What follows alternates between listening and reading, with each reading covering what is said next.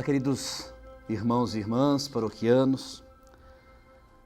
Nós estamos iniciando então o nosso estudo na fé, né? Nosso amadurecer na fé. Este ano a ideia é partilharmos as experiências dos Salmos, que os Salmos têm a nos falar, qual a realidade dos Salmos, né? O que de fato Deus tem a falar no nosso coração através dos Salmos. Então a nossa ideia esse ano é rezarmos e compreendermos os Salmos, né?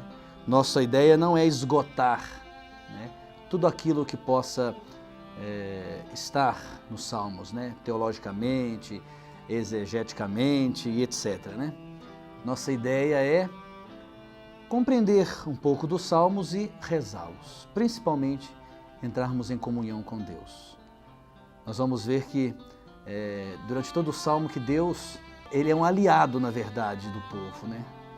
Povo sofredor, né? Com seus conflitos, com suas alegrias, né? Com suas dores, com suas esperanças, Deus se torna aliado do povo. Então os Salmos é justamente isso. Homens e mulheres de ontem e de hoje, o Salmo nos toca o coração e nos aproxima de Deus. Vamos rezar então os Salmos.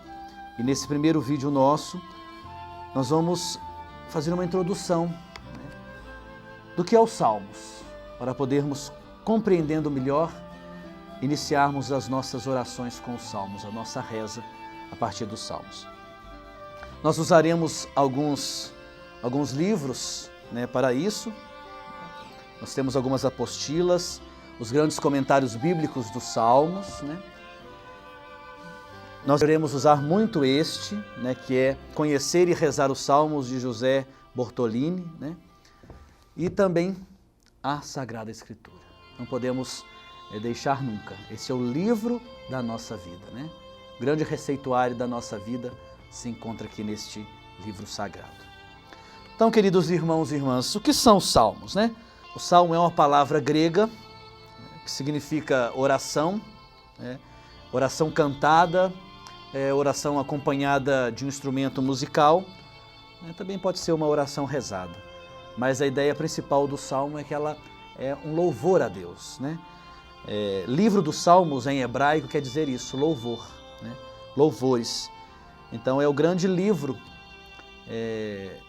das nossas orações, das orações do povo, né, dos louvores do povo a Deus por seus conflitos principalmente, né? Nós vamos perceber que a palavra-chave talvez para adentrarmos nesse mundo dos Salmos é o conflito.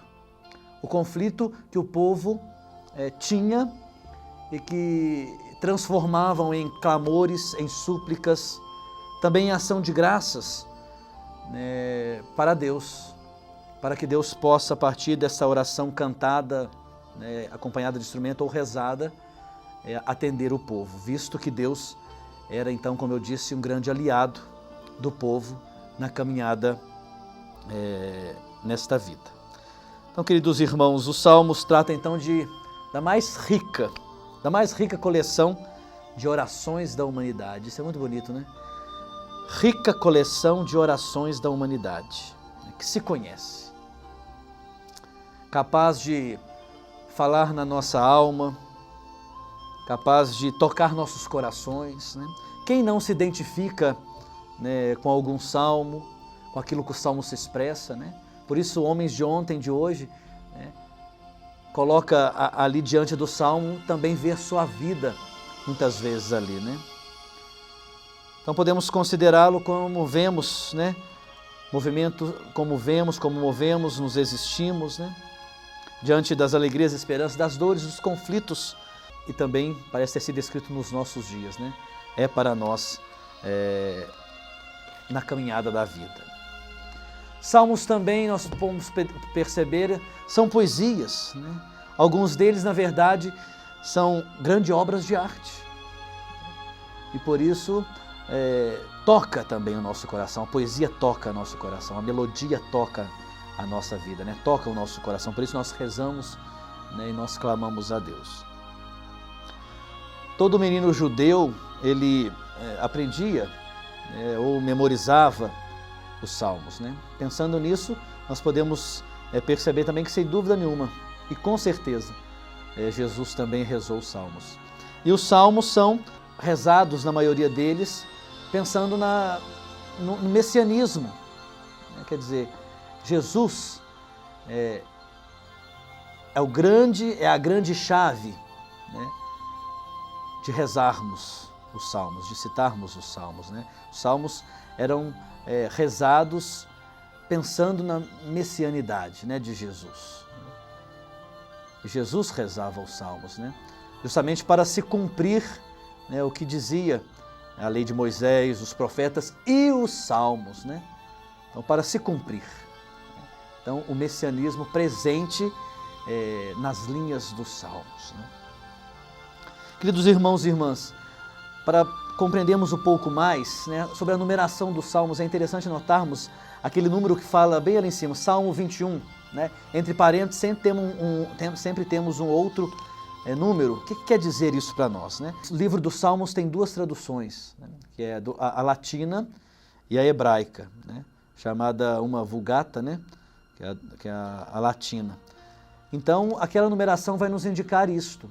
A tradução hebraica, ela sempre vai estar um número à frente da tradução latina. Por exemplo, se nós temos uma tradução da Bíblia que é hebraica, então nós teremos o Salmo correspondente primeiro ali à tradução hebraica, e entre parênteses vai estar a tradução latina. Quer dizer que então vai estar um número abaixo da hebraica. Então, por exemplo, se nós temos o Salmo...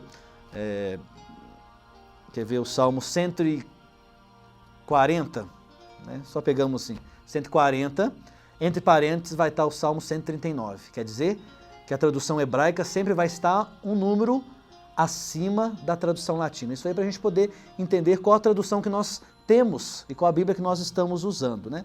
Mas visto que os Salmos 9 e 10, né, a numeração hebraica é uma só, né? Então, só a partir do Salmo 113 é que nós vamos ter a numeração hebraica, um número acima da latina. Só para a gente nos situarmos um pouco mais. Neste estudo que nós vamos fazer, nessa oração que nós vamos rezar, como o livro que nós vamos estudar é esse, ele corresponde mais à tradução hebraica, né? Então nós vamos usar mais a tradução hebraica. Então, quando a gente for citar algum salmo, nós vamos sempre falar, né, qual é o número que nós vamos usar e qual a tradução que nós vamos estar também usando. Quando surgiram os salmos, né? É uma pergunta que a gente faz e a gente quase não tem muita resposta. Por quê? Porque é impossível a gente saber, né? Os salmos nasceram, né, ao longo talvez de 600 anos antes de Cristo, né? Alguns antigos, né, outros mais próximos do tempo de Jesus. Vejam ali o Salmo 46, né, que aparece ter surgido depois da retirada do exército de Senaqueribe no ano 701, né, então, antes de Cristo ali. Mas interessante notarmos que quem criava um salmo não estava preocupado em escrevê-lo, né? Os salmos vinham, né, criavam os salmos e rezavam, recitavam, né, clamando a Deus de forma de súplica, de oração, de preces, né, de ação de graças, de louvores, mas nunca escrito, né? Então o povo não se preocupava em escrever. Simplesmente manifestava diante de Deus, né, as suas situações de sofrimento, de alegria, né, de confiança, de louvor a Deus. Mas percebendo que essa riqueza não poderia ficar esquecida no tempo, então se começou a registrar em textos, né? Mas percebam que, como ela não era escrita, então sempre, talvez de geração em geração, sempre se adaptavam, né? Construíam, né? Acrescentavam algo ou organizavam algo, né? Então, quando escreveram o texto dos Salmos, né, sempre era com acréscimos, né, adaptações, né, e ordem, né? É como se nós pensássemos a oração dos nossos antepassados, né, que rezavam uma oração ou criavam uma oração, iam passando de gerações em gerações, né, e sempre iam se acrescentando um aspecto a mais na oração, né? até chegar na oração que talvez nós tenhamos hoje, né? Aquilo que foi passado de nossos antepassados, assim aconteceram com os salmos, né? Nós não temos como dizer que foi tal pessoa que criou os salmos, não. Quem escreveu então os salmos? Nós podemos dizer que os salmos, ele na verdade foi escrito pelo povo de Deus a caminho, pelo povo de Deus nas suas angústias e sofrimentos, né? Se queremos falar em uma palavra, quem escreveu os salmos, com toda certeza nós teríamos que dizer, foi o povo de Deus que sempre sentiu Deus como aliado na luta da vida pela justiça.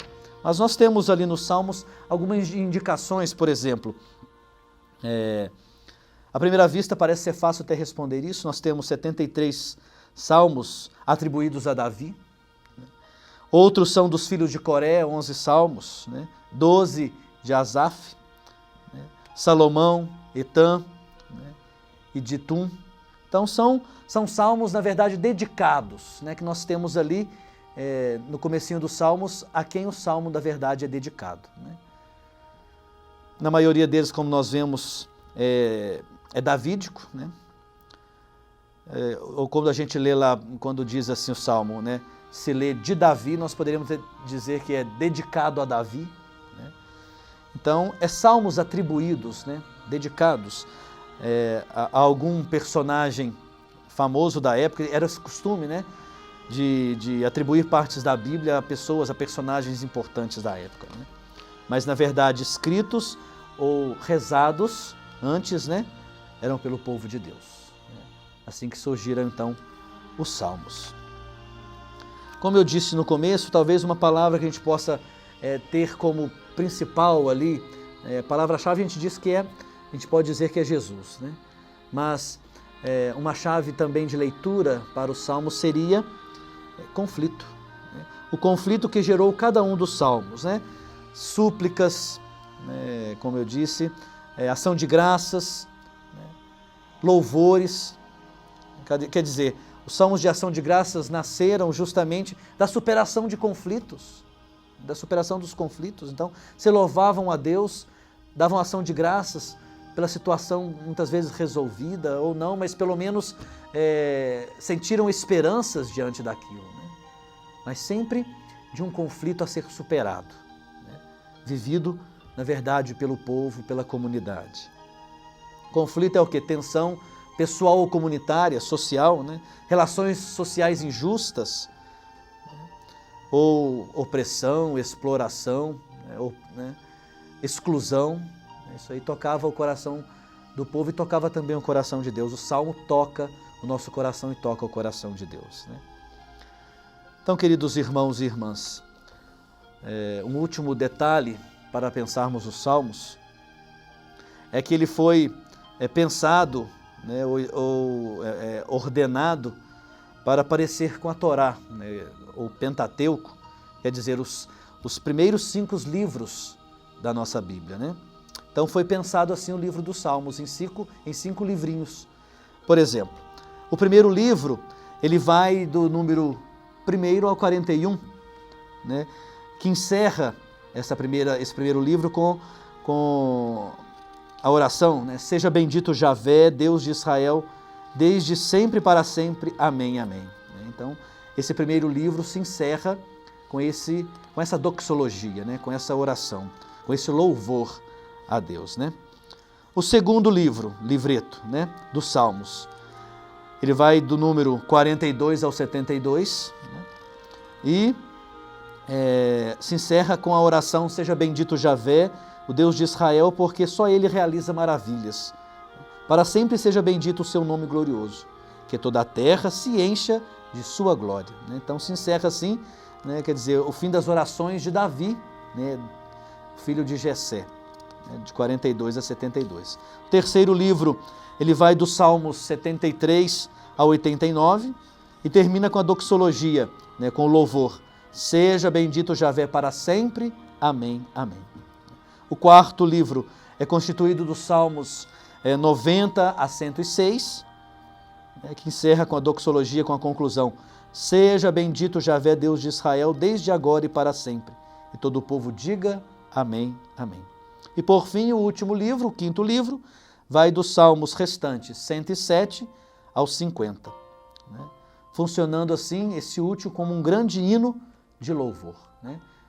Nós temos o salmo primeiro que abre todo o livro dos salmos e o 150 que encerra com um grande hino de louvor as orações, as rezas, os cantos, os louvores dos salmos. Então, queridos irmãos e irmãs, essa é a abertura para podermos agora adentrar profundamente e rezar com o salmista essas orações. Né? Nós vamos, como eu disse novamente, eu não quero aqui esgotar tudo aquilo que o Salmo possa nos dizer, mas nós vamos conhecendo, rezando com os Salmos. Então, convido a cada irmão, a cada irmã, né, a cada semana tomarmos o nosso livro sagrado. Nós vamos seguir a sequência, né, numeração dos Salmos, e nós vamos rezar juntos, né, com toda certeza, com aquilo que o Salmo expressa para nós hoje, com os nossos conflitos, né, com as nossas preocupações, com as nossas angústias, com as nossas esperanças, com as nossas alegrias e sofrimentos. Com certeza nós vamos também ter um Deus que é aliado do seu povo, que é nosso aliado, que vai caminhar conosco e os nossos clamores, com toda certeza, tocarão o coração de Deus. Até breve, se Deus quiser, na próxima semana. Grande abraço, Deus os abençoe.